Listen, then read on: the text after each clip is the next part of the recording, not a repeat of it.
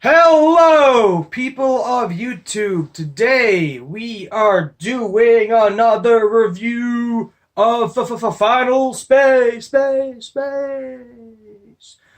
Anyway, this is a review for Final Space, Season 1, Episode 8. And in my opinion, it is a kind of a heartfelt episode and a little bit of a touchy-feely episode. So you get those feels right there, right chest, right there. Some little bit of sadness, a little bit of sadness. People are dying. Oh no. If you didn't already watch it, there's probably going to be spoilers in here anyway, but this is my general review of it.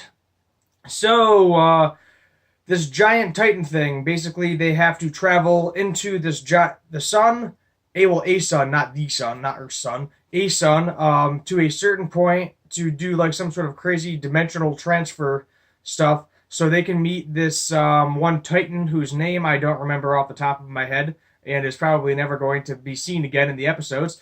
So that way they can close the final space, obviously, slam that bad boy shut, and save the universe, world, which they say interchangeable throughout the episode. And Gary's like, no, universe is a lot cooler than our world. And his dad's like, yeah, because his dad actually shows up in the episode, and Gary kind of gets to say a final goodbye to his dad that he never got to say when he was younger, when he was like 8-ish, I think, somewhere around there. I guess Gary's probably about 20, I would say, roughly, somewhere around that area. That's my guess. But anyway, Nightfall, or Old Quinn, whatever you want to call her,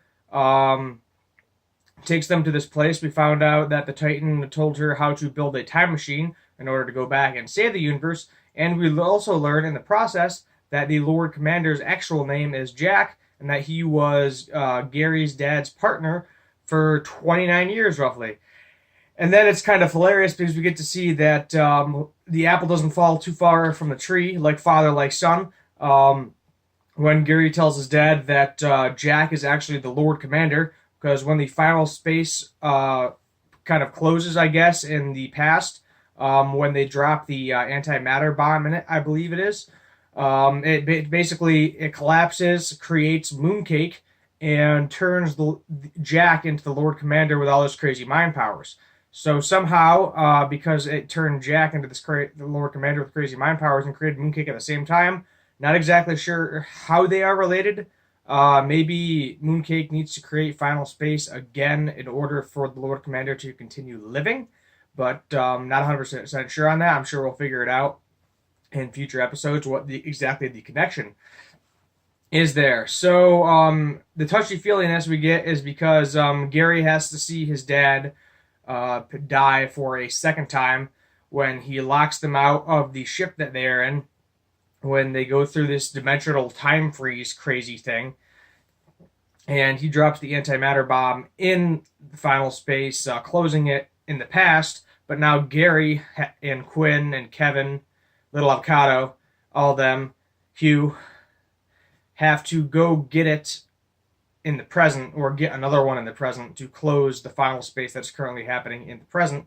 So predictions for kind of future episodes, most likely is next episode, or within the next couple episodes, they're going to get the antimatter bomb, close the final space.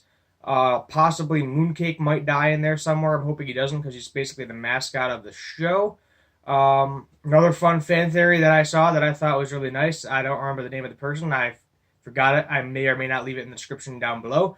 That Mooncake is actually Gary's dad, because Gary's dad does end up traveling into Final Space, the rift in space, with the antimatter bomb, and it blows up and creates Mooncake. So there is a possibility that Mooncake is just kind of Gary's dad, but obviously transformed into the cute little alien thing. Overall, this episode, it was a little bit touchy-feely. It was more of a filler episode, in my opinion. We learned what they're going to need to get to create Final Space, and that is pretty much that. You could probably skip this episode if you don't feel like watching it. It's really not that big of a deal. As I said, there's a little bit of touchy-feeliness, kind of corginess when they beat up the Lord Commander, which kind of also raises the question if they could beat him up in the past and like it actually affected him, like, because when the time freeze was done in the past, Jack was like, what happened to me? So why couldn't they just kill him then and there and just get rid of him? Because obviously the final space they still have to deal with, but they wouldn't have to deal with the Lord Commander when they got back into the future. And another question is, why would a respected space captain beat the shit out of his first lieutenant with his son for no particular reason when he knew him for 29 years? But who knows, maybe he just trusts his son so much that he knows that he actually is evil and turns into the Lord Commander. Yet again, not really sure there. Maybe we'll figure out some of this stuff in future episodes and all that. But who knows? So, decent episode overall. Probably like a 6.5 out of 10, we'll say, roughly, somewhere around there. Not the best episode. Could have been better. Previous episodes, definitely better. But for me, it's kind of my Rick and Morty Season 4 fill right now. So I'm sure it's probably some of you guys too. It is its own thing, but space, crazy adventures, all that good jazz. This has been a review of Season 1, Episode 8 of Final Space. My name is Steve Gray. Have a good one.